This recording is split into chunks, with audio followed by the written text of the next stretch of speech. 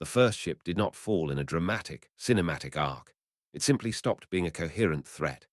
In the span between one shouted range update and the next, its movement degraded, speed dropping, course wandering, returns on the radar losing the clean shape of control. The bridge tried to transmit reports, but the fight was outrunning language. By the time a message could be formed into proper phrases, the reality it described had already changed. The second ship reacted the way trained crews are taught to react when they sense a new danger. Evasive maneuver, smoke, altered heading, the quick geometry of survival. But evasion assumes time. It assumes the attacker's rhythm will include pauses, moments to reposition, to rearrange, to reassert control. This night offered none of those intervals. Hits arrived with a persistence that turned maneuver into futility, each impact cutting down the range of choices until there were none left worth namming. The third ship never truly understood what had changed. It met the fight with the confidence of doctrine, expecting the familiar exchange, a measured opening salvo, correction, response. Instead, it encountered a tempo that collapsed that sequence into a single, continuous pressure. The difference was not just technical, it was psychological. Men make decisions based on what they believe the next minute will look like. Here, the next minute belonged to someone else. On the firing mount, the modified gun was paying its price. Heat climbed, metal expanding, recoil striking with a violence that made the mount shudder. The weapon felt almost alive, restless, strained, refusing to behave like a polite machine. But it held. It kept cycling. It kept delivering. Textbook procedure began to fall away, not from panic, but from instinct. Crews stopped waiting for perfect solutions and started riding the momentum the weapon offered, trusting training that had been built in secret, trusting each other, trusting the brutal clarity of immediate results. When the firing finally slowed, the silence that returned was not peace. It was aftermath, broken only by distant burning, floating debris, and the soft, indifferent water moving past wreckage. The tactical problem that had haunted them, slow answers to fast threats, had been solved in blood and steel. And now there would be no unseeing what had been proven. For years, navvies believed the ocean gave warnings, an approaching silhouette, a rising muzzle flash, the familiar delay between sight and impact. On this night, the sea offered none of that. It simply took what it wanted. The darkness was complete, moonless and heavy, the kind of black that swallows distance and makes steel feel weightless. Across the water, warships moved in disciplined lines, bridges dimmed, lookouts peering into a horizon that returned nothing. To the men on deck, the ocean looked empty. To whatever watched them, it was already measured, already traced, already owned. Then the sea began to strike. The first impact landed with a violence that did not announce itself the way naval gunnery always had. No distant thunder rolling across the surface, no clean signature of an enemy battery. It was simply there. A sudden concussion, plates tearing, fire blooming from within the ship, as if the blow had arrived from inside the metal itself. Before orders could travel from bridge to gun crews, a second hit arrived. Too soon for anyone to rearrange, too soon even to decide where to point. A third followed almost immediately, precise as a machine repeating a command. 3 ships, struck in rapid succession, with no warning and no visible exchange, an engagement without the etiquette of salvos. On decks and below, men ran toward stations that suddenly made no sense. Gun crews waited for orders that never came, because there was no familiar rhythm to follow. The enemy did not trade fire. The enemy did not reveal its position. There was only the stuttering light of internal fires, the sharp smell of cordite without the matching sound, and the growing realization that someone had found a way to compress minutes of procedure into seconds. In the aftermath, survivors would cling to one detail that unsettled every officer who read it. The attacks came not just fast, but impossibly fast, too precise, too deliberate to be chance. Commanders tried to write it down as confusion, as fog of war, as bad luck. Intelligence officers filed it as an anomaly, not yet daring to call it a revolution. And then the sea returned to silence, calm again, obedient again, while doctrine, quietly, had already been wounded, and the men who believed in proper, Weapons still had no idea what had just rewritten their night.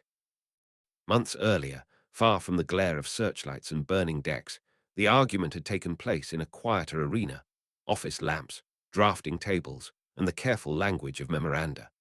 The war was already demanding speed and adaptation, but institutions rarely admit that in their paperwork.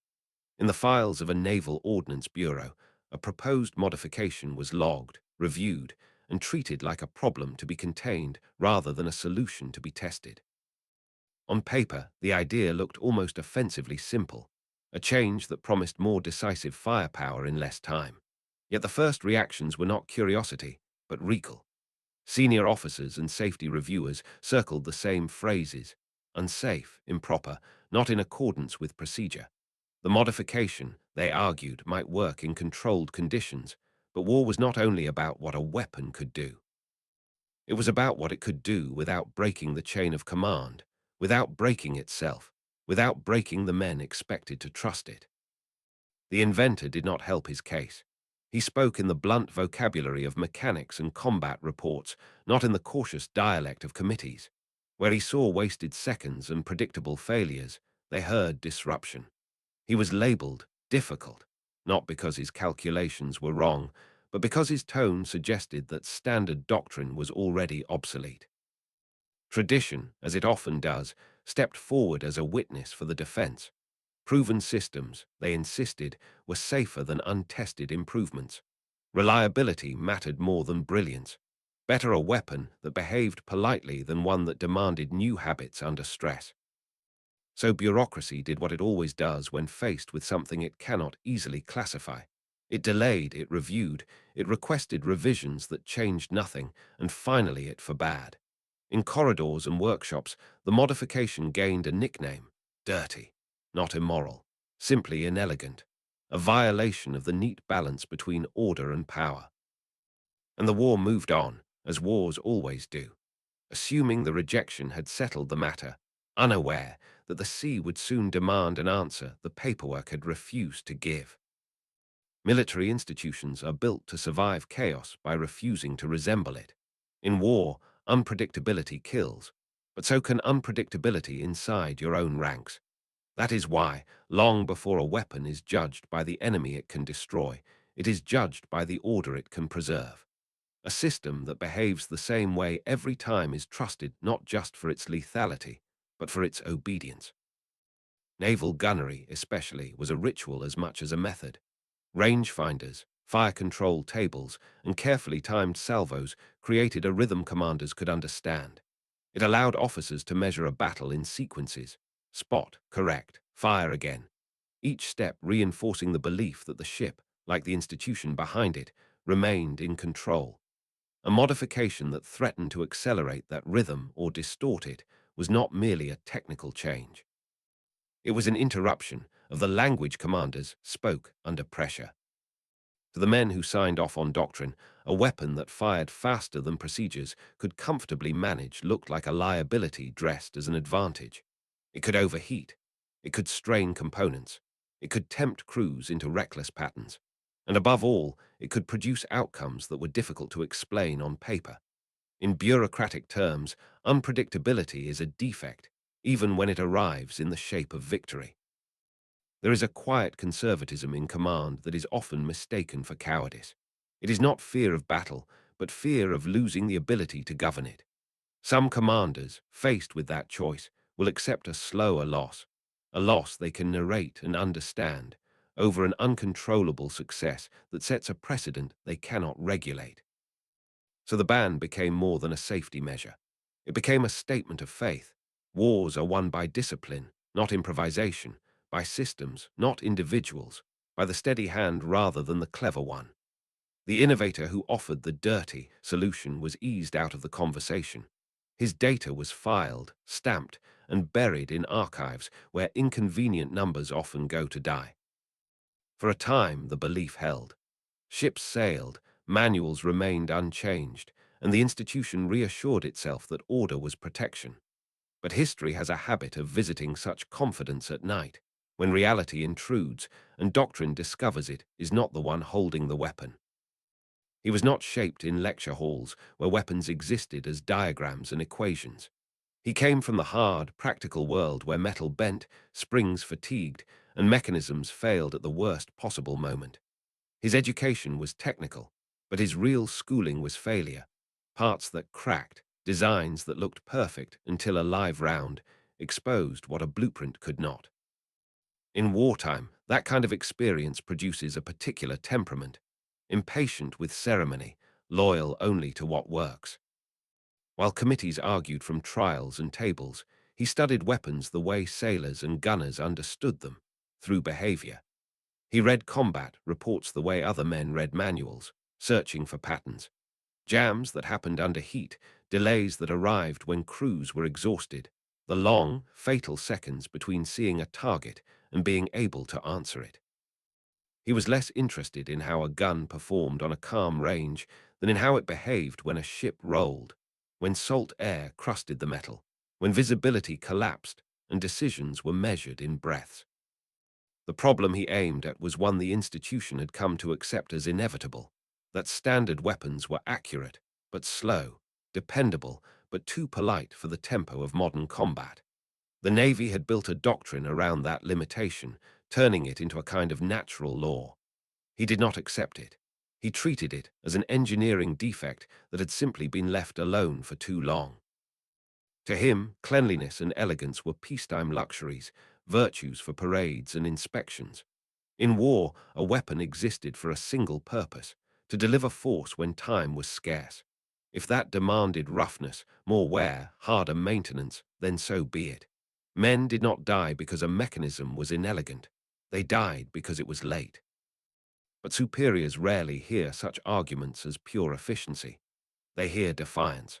His tone, his certainty, even his refusal to soften his language, all of it sounded like an accusation. And in a military hierarchy, the most dangerous thing an innovator can do is imply that the system itself is the problem. His proposal did not only challenge enemy tactics, it challenged internal authority, the quiet assumption that doctrine was wisdom made permanent. When the rejection came, a belief settled in like fog. If the institution had dismissed him, then the institution must still be right, even if the ocean, somewhere ahead, was preparing to prove otherwise. The nickname did not come from morality. It came from aesthetics, from the quiet religion of mechanical refinement that dominated peacetime ordnance culture. The modification promised a harsher kind of performance, more lethality delivered faster, but at the cost of the smooth, controlled behavior commanders preferred. In the language of the Bureau, it was not wrong. It was uncivilized. What it did to the weapon was measurable. It pushed the mechanism harder, drove pressures and cycles into ranges that engineers had been trained to avoid. It shortened barrel life, accelerated wear on components, demanded tighter inspection schedules. It also complicated maintenance, because parts that are asked to do more will eventually ask more of the men who service them. A ship at sea cannot afford a weapon that requires constant pampering, not when salt air and vibration already grind everything down. To safety officers, those were not inconveniences. They were alarms. Their minds lived in worst-case scenarios: a ruptured barrel, an injured crewman, a jam at the wrong moment, a weapon that failed catastrophically and then blamed the men holding it. In their view, the battlefield was not a place to gamble with designs that strained limits. Their job was to prevent disaster, even if preventing disaster also meant preventing advantage. But the modification threatened more than metal. It threatened the paperwork that surrounded metal. Training manuals would need rewriting, drill routines would need adjustment, ammunition consumption rates would shift, spare parts inventories would change. Logistics, always the hidden spine of naval power, would have to adapt. For an institution that prized predictability, that kind of cascade looked like contamination. At its core, the weapon broke an ideal balance, control over power. It offered more force, but demanded more judgment. Engineers argued from diagrams, insisting that any deviation invited chaos. Sailors argued from experience, insisting that chaos was already present, and the only question was whether their weapons could meet it. So the ban became symbolic. not simply a decision about mechanics, but a declaration that order mattered more than outcome. The modification was dirty because it refused to stay within the clean boundaries of doctrine, and because, somewhere ahead, war was about to prove that cleanliness had never been the point. War has a way of stripping regulations down to their true weight. In peacetime, rules feel permanent because nothing is forcing them to prove themselves. At sea, under threat, the same rules become suggestions, useful only until they collide with the moment they were never designed to face. The assumptions that had shaped the ban, controlled conditions, predictable tempo, carefully spaced engagements, began to dissolve the closer ships moved to real combat. Distances shrank. Encounters that doctrine imagined at long range often happened inside a horizon cluttered by weather, smoke, and sudden radar contacts. Reaction time became decisive, not just accuracy. A gun that could place shells precisely, but required patience, began to look like a relic from another kind of war. In the new tempo, seconds were not intervals, they were outcomes. So sailors, as sailors always have, started solving problems the way the sea taught them to, quietly. Small deviations first, an adjustment here, a change in routine there, nothing that would attract attention from inspectors or commanders ashore. A few crews experimented after hours, using scraps of knowledge and practical improvisation. They listened to the weapon's behavior the way an experienced engineer listens to an engine, through vibration, heat, recoil, and the subtle warnings metal gives before it fails. And then reports began to surface. Not official endorsements, not glowing proclamations, just scattered notes in after-action summaries, brief remarks in logs, faster engagement cycles, unexpected accuracy under pressure, targets neutralized before they could respond. In isolated encounters, something was working differently. But institutions rarely learn from whispers. Those reports were treated as outliers, dismissed as coincidence, credited to exceptional crews or favorable conditions. The logic was comforting. If success was irregular, it could be explained away. If it could be explained away, no one had to revisit the ban. Yet the modification did not disappear. It survived in the informal bloodstream of wartime fleets, passed hand to hand like a tool too useful to surrender. A machinist mentions it to a gunner. A gunner passes it to another ship at a forward base. A commander hears rumors and chooses not to ask too many questions. In war, ideas travel faster than approval.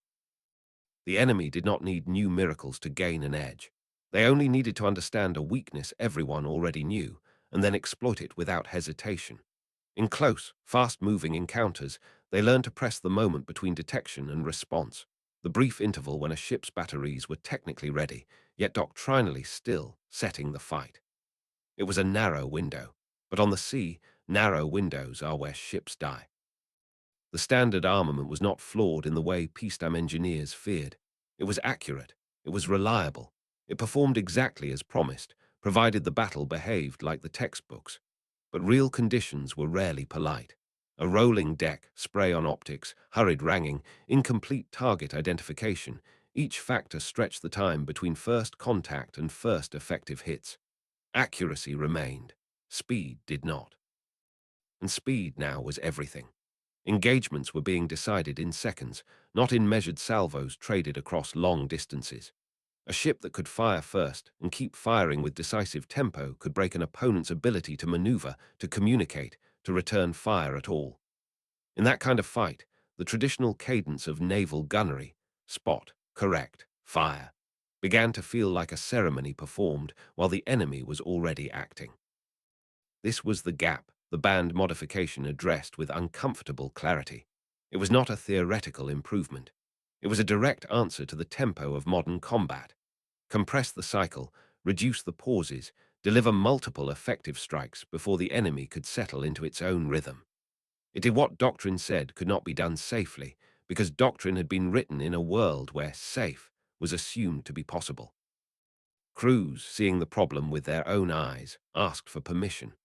Requests traveled up channels, were delayed, returned with the same language as before, not authorized, not recommended, deviation from procedure. Each denial carried an unspoken message. The institution would rather preserve its certainty than admit its vulnerability. The innovator kept records anyway. He documented failures the system refused to acknowledge, missed opportunities, battles where the first decisive seconds were surrendered, ships that might have lived if the guns had spoken faster. In his notes, the struggle was no longer about metallurgy or maintenance schedules. It was about time versus pride. In the end, it was not a committee that moved the idea forward. It was a commander, one who had watched the decisive seconds slip away often enough to stop believing that paperwork could protect his crew. He did not ask for approval, because he already knew the answer. He authorized the modification anyway, not with ceremony, but with a quiet order spoken in the language officers use when they are choosing between doctrine and survival. The installation happened away from attention, carried out by men who understood what discretion meant in wartime. No announcement was made. No official log described the alteration in detail. The weapon remained on paper exactly as regulations demanded. In reality, it had been changed, subtly, deliberately, into something the institution had forbidden but the sea might require. Once fitted, the gun demanded a different kind of respect. It did not behave with the smooth predictability crews had been trained to expect. Recoil felt sharper. Heat built faster. The rhythm of operation tightened, leaving less room for hesitation. The men who served it learned quickly that it would not forgive careless handling, but it would reward competence with a violence that standard doctrine could not deliver in time. Training changed in small, private ways. Crews drilled for speed and control, rehearsing new sequences until the unfamiliar motions became instinct. They learned the sound of the mechanism when it was healthy and the subtle notes that warned of strain. Maintenance parties worked longer hours because pushing metal harder always carries a cost, and that cost must be paid before battle, not during it. And still, doubt lingered like a second shadow. If the gun failed, it would not only endanger lives, it would end careers. A ruptured barrel or a catastrophic malfunction would become proof, stamped and filed, that the ban had been wise all along. Men would be blamed not for losing a fight, but for having tried to win it the wrong way. There would be no scheduled trial, no controlled demonstration for evaluators with clipboards. The test would come the way war always delivers its examinations, unannounced, in darkness, with consequences that could not be appealed. So the modified weapon waited, silent on its mount, while the ocean carried enemy ships closer, and innovation held its breath for first contact. The first contacts appeared late, when fatigue had settled into the crew and the night had grown so complete that even the sea seemed to vanish. On the radar screen, the blips were small at first, faint returns that could have been weather, could have been nothing. Then they held their shape. They moved with intention. Bearings were called out, ranges updated, and the bridge began to feel that familiar shift, the moment when routine watch becomes combat. There was more than one. Multiple enemy ships, closing and maneuvering with the confidence of crews who believed they understood the tempo of the fight. Their movements were aggressive, angled to force a decision on their terms, pressing into the range where standard procedures slowed, where the first salvos often came too late to matter. Doctrine offered the safe answer: disengage, delay, open distance, wait for clearer identification, for better firing solutions, for the orderly sequence that made battles legible on paper. In peacetime, that logic was called prudence. In wartime, it could become surrender by inches. Below decks and along the mounts, the modified gun was brought to readiness. Hands moved with practiced economy, not the broad motions of parade drills, but the tight discipline of men who had rehearsed for a moment they could not schedule.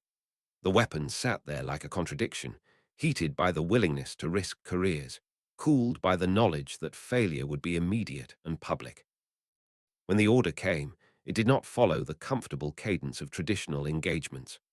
Fire was opened at a range many had once considered impractical for decisive results, especially at night. The gun answered with a sharper rhythm than doctrine approved, and the first rounds reached out into darkness that offered no visible target, only coordinates, velocity, and trust in instruments. Then the hits registered, not once, not as a lucky strike, but immediately. then repeatedly. The radar picture changed in a way no one on the bridge could ignore. Returns faltered, altered course, slowed. The enemy's confident geometry began to unravel. The engagement accelerated beyond expectation, faster than the mind could narrate it in neat steps. It was no longer spot-correct fire. It was impact after impact, the night punctuated by results.